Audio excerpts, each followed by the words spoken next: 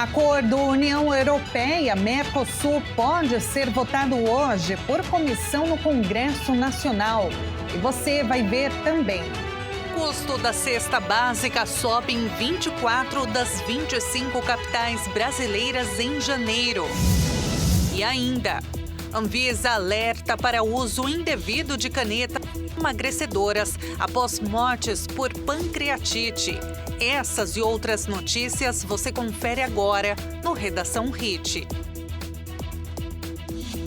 Olá, muito bom dia. Agora são 11 horas e 30 minutos pelo horário de Brasília. Uma ótima terça-feira para você que decidiu ficar bem informado no Redação HIT, primeira edição. Vamos agora aos destaques deste dia 10 de fevereiro.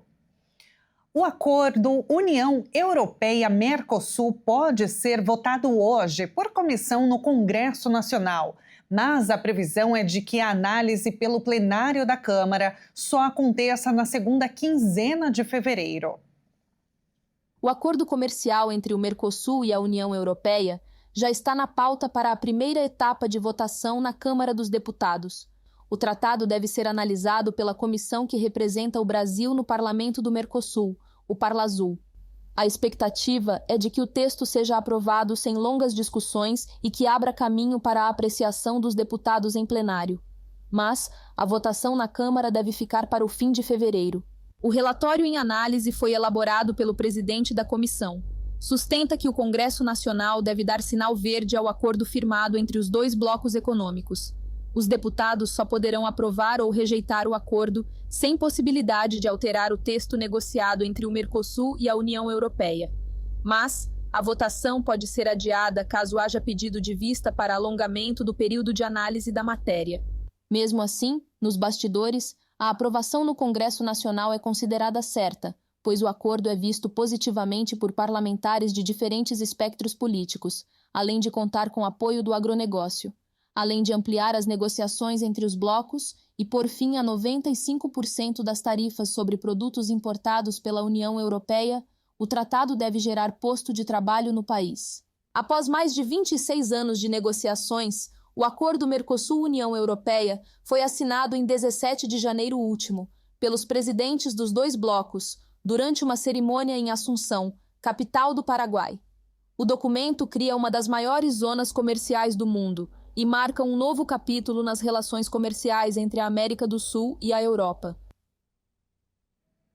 Durante a entrevista a jornais europeus, o presidente da França, Emmanuel Macron, ressaltou que a União Europeia precisa se unir para desafiar a hegemonia do dólar, mas voltou a criticar o acordo, afirmando que é um mau negócio e injusto. As palavras dele. O líder francês reconheceu que, diante das ameaças e intimidações dos Estados Unidos, é importante diversificar parceiros comerciais.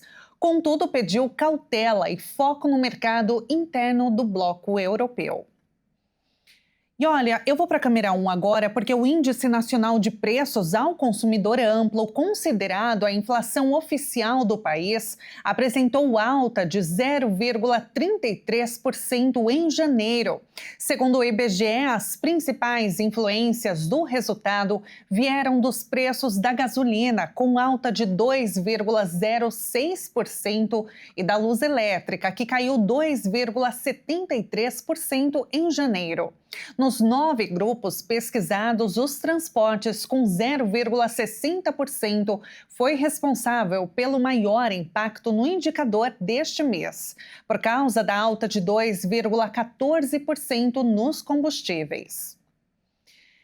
E olha, ainda falando de economia, o valor da cesta básica subiu em 24 das 25 capitais brasileiras em janeiro.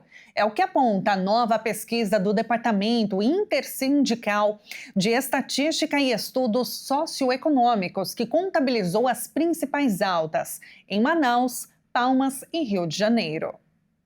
As maiores elevações em destaques estão para Manaus com 4,44%, Palmas com 3,33% e Rio de Janeiro com 3,22%. No mês, São Paulo foi a capital onde a cesta básica registrou o maior valor em R$ 854,37, seguida por Rio de Janeiro em R$ 817,60, Cuiabá em R$ 810,82 e Florianópolis em R$ 806,33.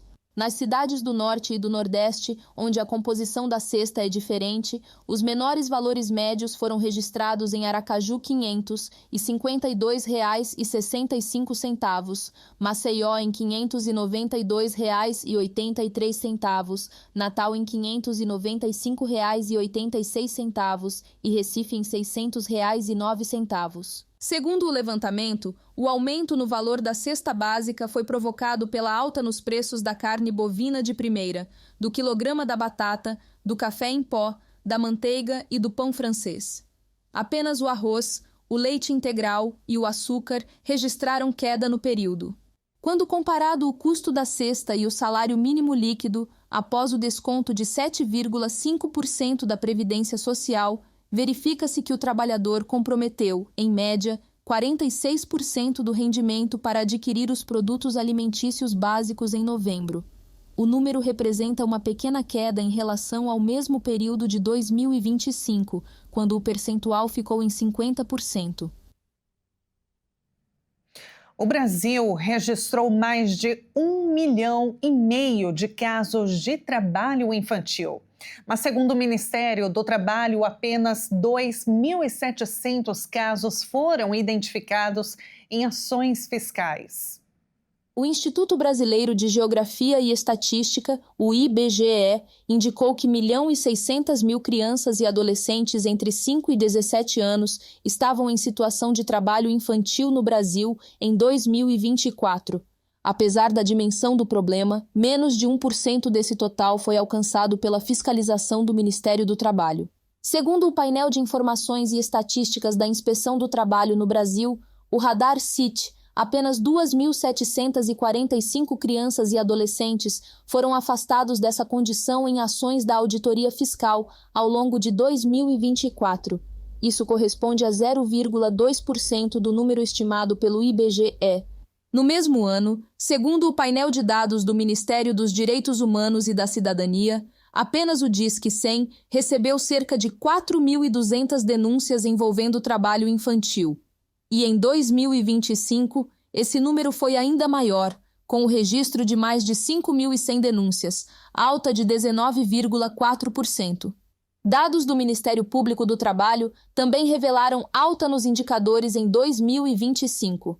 O número de denúncias chegou a 7.900 e 5.800 em 2024, um aumento de 36,6%.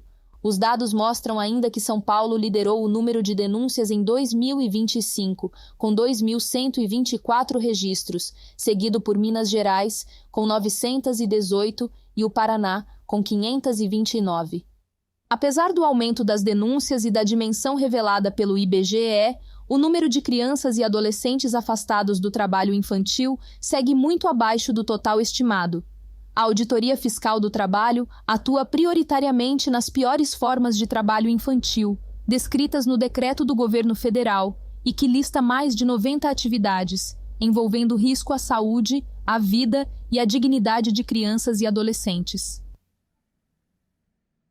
Mudando de assunto, o ministro do Superior Tribunal de Justiça, Marco Buzzi, solicitou uma licença médica por 90 dias. Acusado de importunação sexual, ele enviou uma carta ao STJ alegando inocência e pedindo afastamento. Buzzi está sendo investigado por importunação sexual após ser acusado por uma jovem de 18 anos. E uma nova denúncia foi feita ao Conselho Nacional de Justiça nesta semana. A mulher já prestou depoimento à Corregedoria do Conselho Nacional de Justiça. A jovem registrou ocorrência na Polícia Civil de São Paulo, que investiga o caso.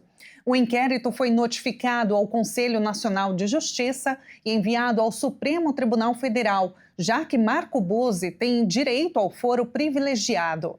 Em nota, o ministro diz que foi surpreendido com o teor das insinuações divulgadas e repudia toda e qualquer relação que tenha cometido ato impróprio, ato impróprio. Já a defesa da mulher diz aguardar rigor nas apurações e o respectivo desfecho perante os órgãos competentes. Se houver condenação, a pena definida no Código Penal varia de 1 a 5 anos de reclusão. E o Brasil repete e mantém o resultado ruim na série histórica e índice global de percepção da corrupção. O país ficou na posição 107 entre 182 países avaliados. O Brasil manteve no ano passado a segunda pior nota da série histórica no Índice de Percepção da Corrupção, o IPC. O levantamento anual da Transparência Internacional mede como especialistas e executivos enxergam o nível de corrupção no setor público. O país marcou 35 pontos, numa escala que vai de 0 a 100. Nessa escala, quanto menor a nota, pior a percepção. Com isso, ficou na posição de número 107 entre 182 países e territórios avaliados. Em relação a 2024, quando o Brasil já havia registrado 34 pontos, houve alta de 1 ponto, mas, segundo a organização, essa variação indica uma estagnação. O IPC é considerado o principal ranking internacional sobre corrupção e é publicado desde 1995. A metodologia atual, que permite comparação ano a ano, é usada desde 2012. O índice não mede casos concretos nem soma investigações ou denúncias. Ele reúne dados de até 13 fontes independentes e captam a percepção de especialistas, pesquisadores, executivos, instituições que acompanham governança e integridade pública.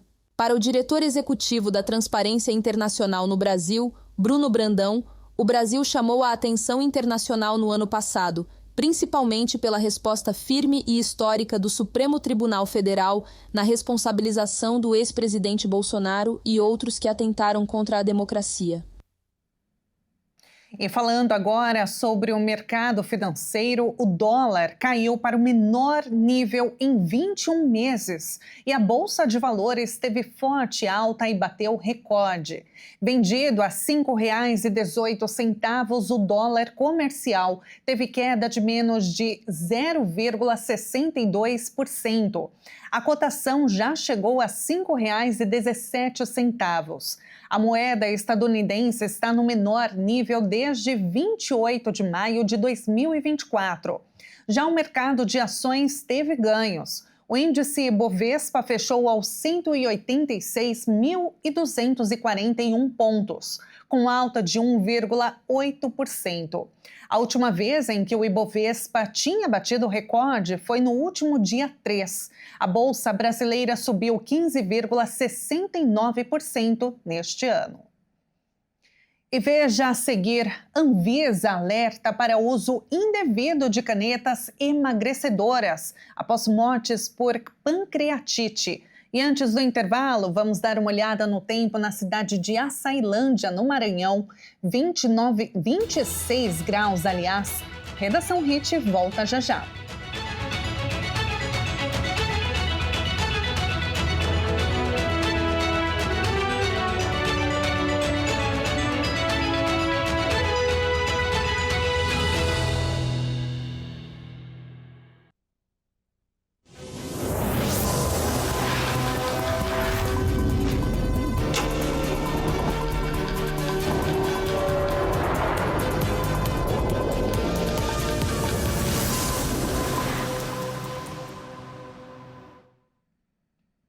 O Redação Hit está de volta agora no horário de Brasília, 11 horas e 46 minutos. Uma família morreu soterrada após um açude estourar e levar parte da casa em Minas Gerais nesta terça-feira. Desde a última semana, chove forte nas cidades da zona da Mata Mineira. 4 pessoas da mesma família foram soterradas após o rompimento de um açude atingir parte de uma casa em Eugenópolis, Minas Gerais. Desde a última semana, há registro de chuva forte nas cidades da zona da Mata Mineira. Segundo o Corpo de Bombeiros, Entre as vítimas estão os pais e 2 filhos jovens. Um funcionário chegou pela manhã e percebeu que o rompimento do açude provocou o deslizamento de terra que soterrou a residência da família, que fica na zona rural da comunidade de Pratinha. A perícia técnica da Polícia Civil e a Polícia Militar foram acionadas para atender a ocorrência. Já em Muriaé, município, a 24 quilômetros de Eugenópolis, um homem também morreu soterrado após um deslizamento de terra atingir a casa onde morava na madrugada desta terça-feira. O resgate do corpo durou cerca de 6 horas. E agora eu quero chamar a atenção para um dado realmente alarmante, porque mais de 10 milhões de multas foram registradas no ano passado em rodovias federais brasileiras, atingindo um marco histórico. O excesso de velocidade foi a infração mais flagrada nas estradas. No ano de 2025, 7 em cada 10 multas nas rodovias federais foram por dirigir acima do limite máximo da via.